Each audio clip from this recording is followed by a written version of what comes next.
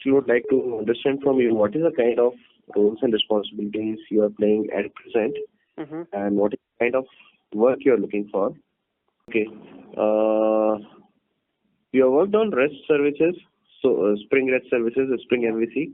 Okay. Now, out of get, put, post, and delete, which one is idempotent? Worked on design patterns. Yeah. Okay. Can you tell me what all design patterns you have used? Yeah. Can you tell me the difference between a factory design pattern and abstract factory design pattern? How do you refer element in HTML inside your CSS? By name and by type. How do you do that? What do you use? Now, if it is a nested, then only I want to do. So let's say my div, if it is inside a list, then only I want to put some specific styling. How will I do that? What's the difference between equi-join and natural join? Okay, and what is cross join? Okay, and what's the difference between left outer join and right outer join? What is the default join?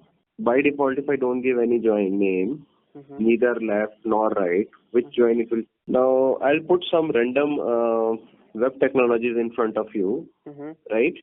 And then you have to tell me the correct order. Okay? So there is something called as preprocessor, post-processor, filter, handler, and URL mapper, and view resolver. Can you tell me the right sequence in which a HTTP request, the incoming HTTP request, will hit these things? Okay. So out of, let's say, URL mapper and filter. So first, what is the use of URL mapper? Have you worked on auto wiring?